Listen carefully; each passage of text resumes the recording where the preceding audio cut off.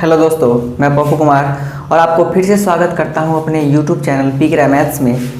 और ये जो हमारा सर्कल का पार्ट 2 होगा, इससे पहले हम सर्कल का पार्ट 1 जो भी बेस लेवल का इसमें चीज़ें थी उस सारी चीज़ों को हम डिस्कस कर चुके हैं। उसके फार्मूला है ना, जो भी ब्रीथ से संबंधित फार्मूला है, सर्कल से संबंधित फार्मूला है, वो सारी चीज़ों को हम इससे पहले वाले वीडियो में हम डिस्कस कर चुके हैं और बेसिक चीज़ों को भी डिस्कस कर चुके हैं। तो आप उस वीडियो को देख लें ताकि आपका जो है आने वाला वीडियो उसमें ज़्यादा बेहतर समझ में आए। ठीक है, वैसे आप उसको नहीं देखिएगा फिर भी आपको ऐसा नहीं कि समझ में नहीं आएगा, समझ में तो आएगा ही, बट ज़्यादा बेहतर होगा कि आप उसको भी देख लें ताकि आपको अच्छी तरीके से समझ में।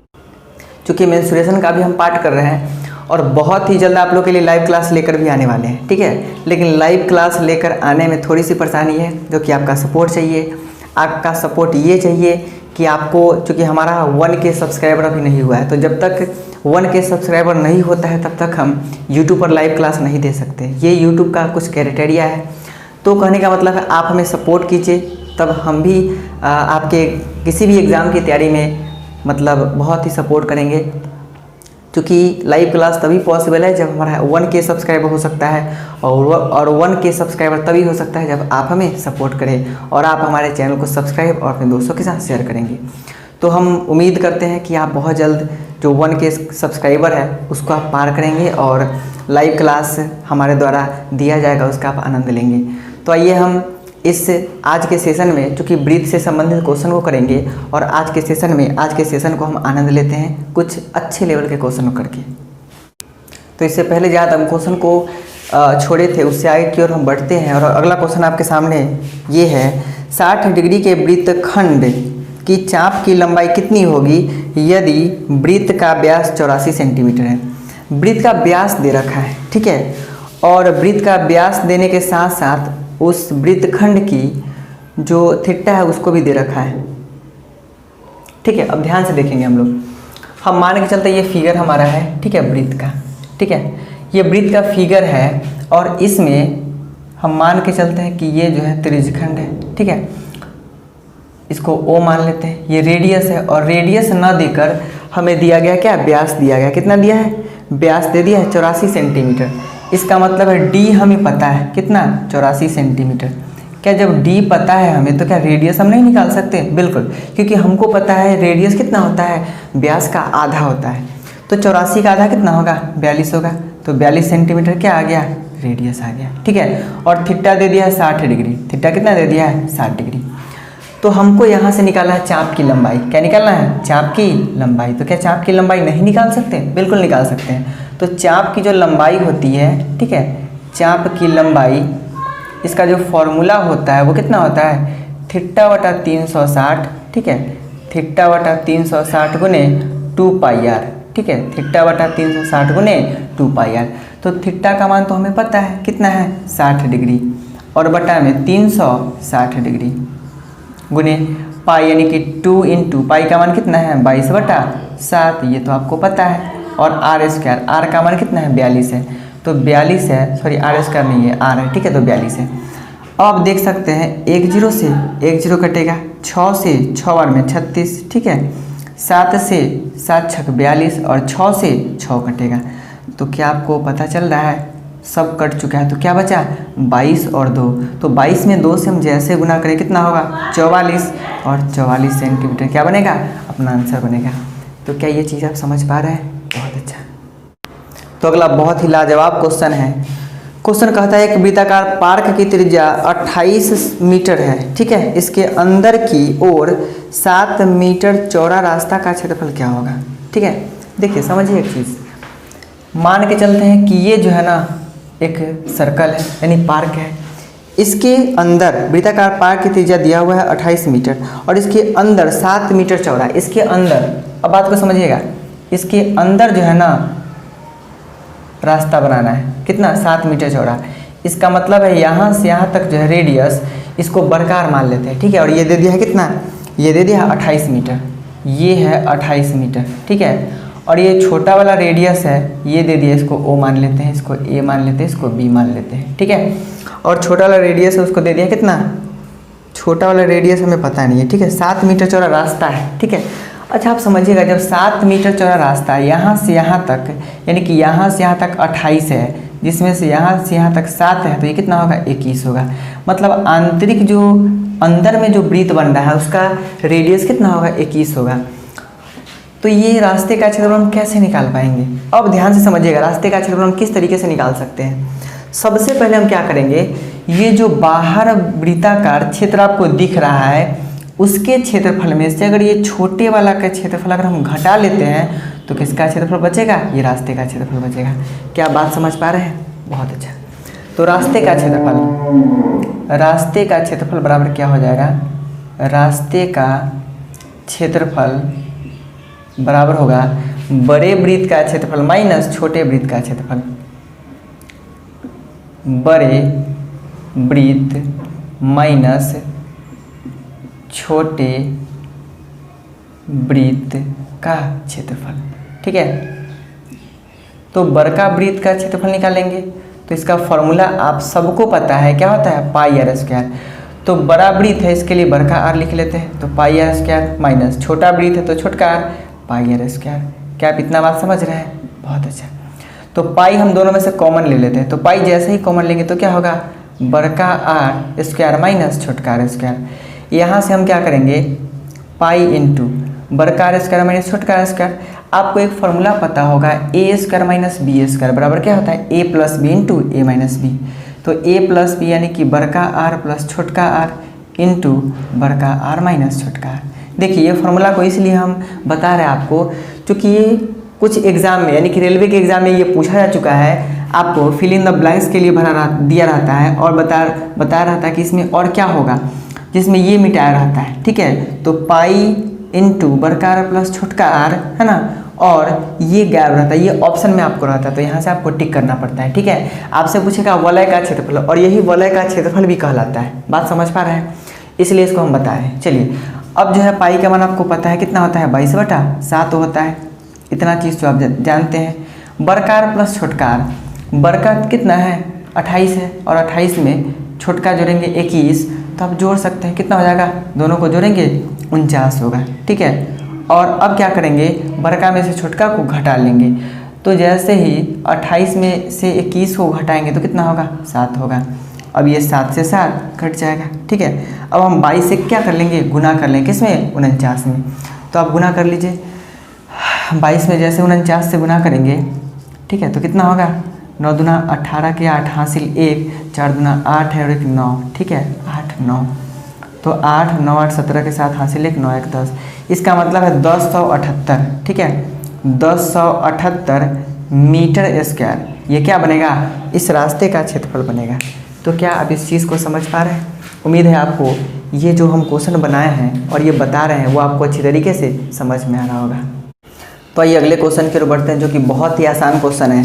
क्वेश्चन कहता है कि वृत्त की त्रिज्या में 100% वृद्धि कर दी जाए तो उसके क्षेत्रफल में कितने प्रतिशत की वृद्धि होगी? ठीक है, एक वृत्त की त्रिज्या में अगर हम 100% की वृद्धि कर देते हैं तो क्षेत्रफल में कितने प्रतिशत की वृद्धि होगी? आप ध्यान समझिएगा। अगर मान के चलिए कि ये वृत्त है, कोई भी वृत्त है, ठीक है, और वृत्त का जो एरिया का फॉर्मूला होता है वो क्या होता है? Pi r square. Pi r square होता है जिसमें कितना रेडियस है? 2 रेडियस का गुना है, यानी कि ये भी रेडियस है और ये भी क्या है? रेडियस है।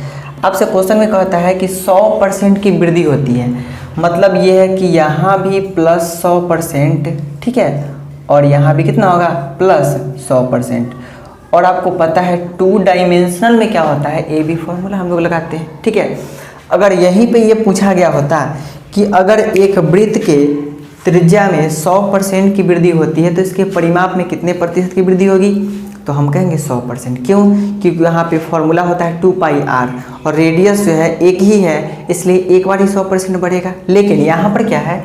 यहाँ पर आपका क्षेत्रफल दिया हुआ है, तो क्षेत्रफल दिया हुआ तो क्या करेंगे? हम इसका फॉर्मूला क्या लगाएंगे? ए बी फॉर्मूला लगाएंगे, जो कि आपको हम बहुत दिनों से मेंसुरेशन के भी बहुत सारे क्वेश्चन में हम इसका यूज़ किए हैं, चाहे वर्ग हो, चाहे वो आयत हो, चाहे वो ट्रायंगल हो, यानी कि हर क्वेश्चन में लगभग हर चैप्टर में इसका 2-3 क्वेश्चन मिलता ही है और उसको हम बताते भी हैं। ठीक है, इससे पहले परसेंटेज और प्रॉफिट एंड लॉस में भी इस चीज़ को हम कर चुके हैं। तो यहाँ जो ए बी फॉर्मूला लगेगा वो क्या होगा? A B formula. ठीक है, ए बी फॉर्मूला जो होगा ए बी फार्मूला से इसको हम करेंगे, ठीक है। तो ए बी फार्मूला अपना क्या होता है, ए प्लस बी, ठीक है, A plus B plus A B बटा में कितना होगा, 100 होगा, ठीक है। अब ए, तो ये कितना है, 100% है, तो प्लस में 100, यहाँ पे प्लस में नहीं लिखते हैं, वैसे प्लस में लिखेंगे तो कोई दिक्कत नहीं, लेकिन अगर माइनस का चिन्ह होगा तो माइनस तो हम जरूर लिखेंगे, ठीक है। और बी कितना है, ये भी 100 है, प्लस ए इंटू बी यानी कि 100 गुने 100 बटा में 100, ठीक है। क्या बात समझ पा रहे हैं? चलिए, तो आपको पता है ये 100 से 100 कटेगा, है ना, तो 100 200 और कितना 300, चूँकि 100 है तो 100 और 100, 3 वो 100 जोड़ेंगे तो कितना होगा 300। क्या बात समझ पा रहे हैं? तो 300% की क्या हो रही है, वृद्धि हो रही है। तो उम्मीद है ये चीज़ आपको समझ में आ रहा होगा। तो ये अगले क्वेश्चन की ओर बढ़ते हैं। क्वेश्चन आपके सामने है, एक वृत्त की त्रिज्या में 100% की कमी कर दे तो उसके क्षेत्रफल में कितने प्रतिशत की कमी हो जाएगी, ठीक है। अभी ठीक इससे पहले जो क्वेश्चन को हम डिस्कस किए हैं, ठीक है, उसी तरीके का ये भी क्वेश्चन है। इसमें क्या होता है कि रेडियस दे रखा है, ठीक है, रेडियस बढ़ता कम जाता है 100%, और एरिया का जो फॉर्मूला होता है वो क्या होता है, पाई आर स्क्वायर। तो पाई आर स्क्वायर इसमें कितना आर है, 2 है, यानी कि यहाँ भी रेडियस आर और यहाँ भी रेडियस आर, तो इसमें भी 100% की कमी होगी। क्या आप इतना बात समझ पा रहे हैं? यहाँ भी 100% की कमी होगी और यहाँ भी क्या होगा, 100% की कमी होगी। तो दोनों जगह 100% की क्या हो रही है, कमी हो रही है। यहाँ भी 100% की कमी और यहाँ भी 100% की कमी हो रही है। तो कहा जा रहा है आपके पूरे क्षेत्रफल में कितने % की कमी होगी। ठीक उसी तरीके से अगर यहाँ पे परिमाप में कमी पूछा जाता, जैसे रेडियस में 100% की कमी हो रही है, अगर उसके परिमाप में अगर 100% कितने % की कमी पूछा जाता तो क्या होता है, यहाँ पे 100% होता है। लेकिन यहाँ हमारा क्षेत्रफल पूछा जा रहा है, क्षेत्रफल में कितने % की कमी होगी। तो इसके लिए फिर से हम ए बी फार्मूला का यूज़ करेंगे, और ए बी फार्मूला आप सबको अच्छी तरीके से पता हो चुका होगा, है ना। ए बी फार्मूला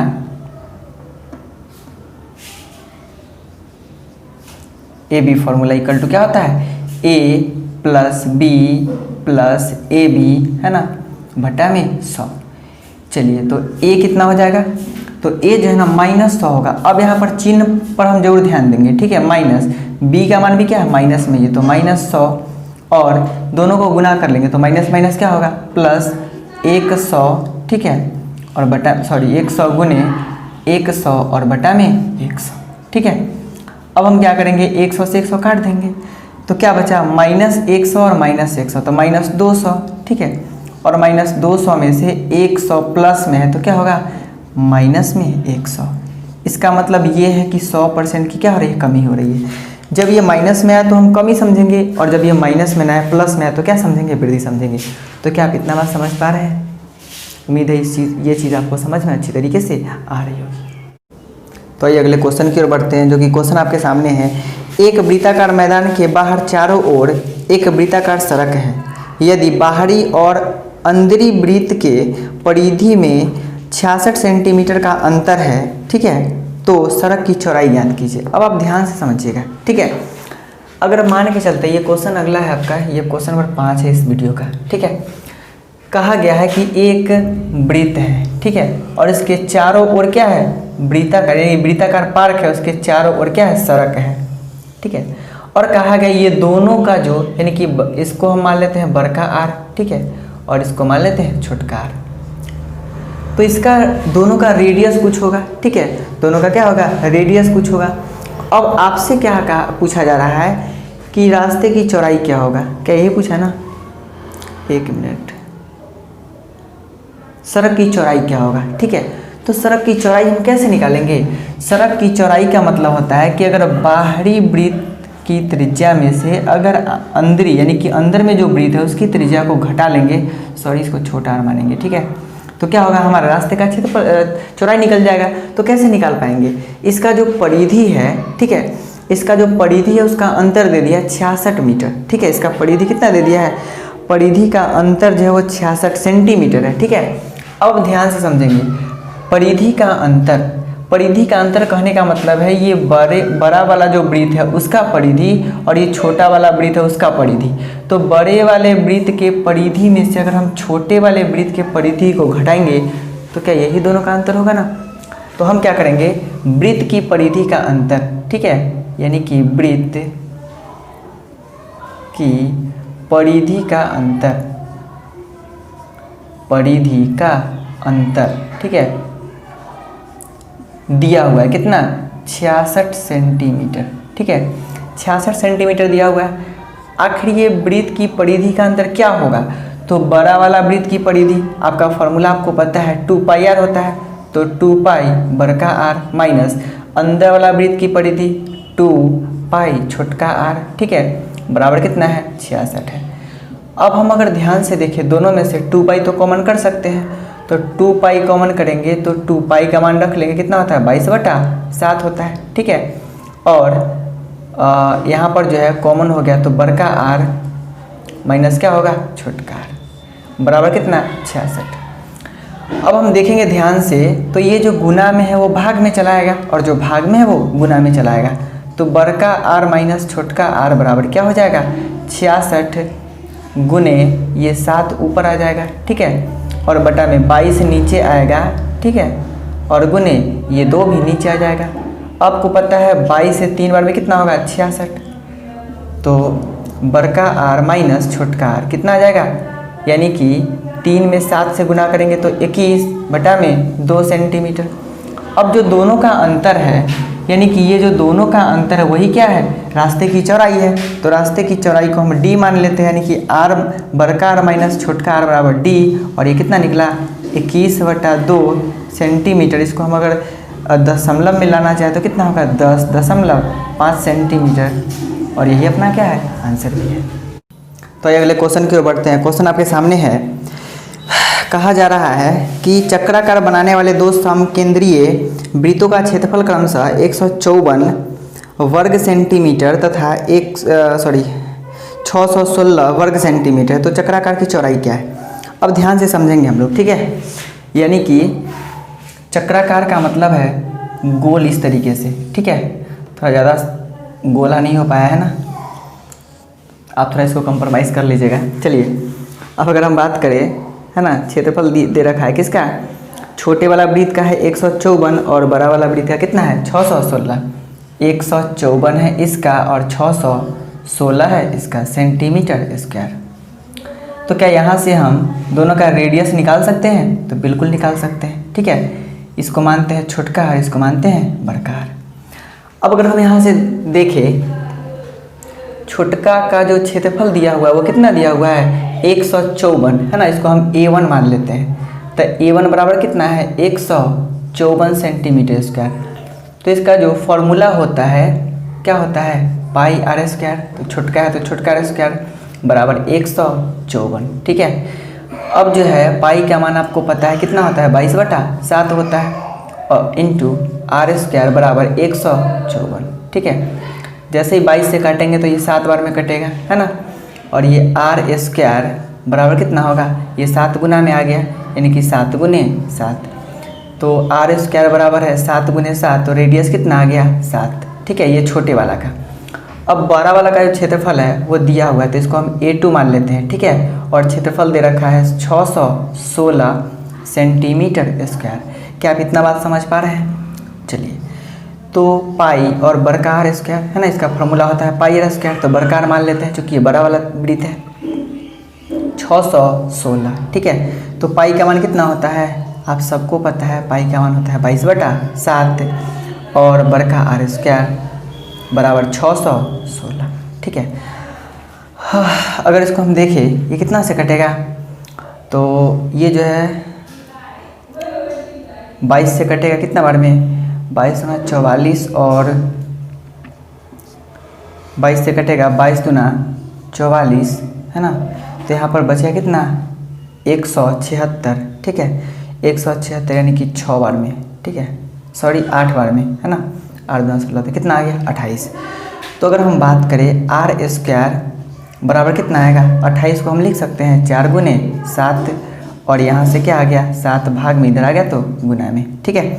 तो r का मान यहाँ से कितना आएगा 4 का वर्गमूल 2 और 2 7 में से 1 7, है ना, तो 7 गुना कितना होगा 14 सेंटीमीटर। अब कहा जा रहा है चक्राकार की चौड़ाई, ठीक है, ये दोनों के बीच की चौड़ाई, तो चौड़ाई को हम d मान लेते हैं। तो d बराबर क्या होगा, बड़का त्रिज्या माइनस छोटका त्रिज्या।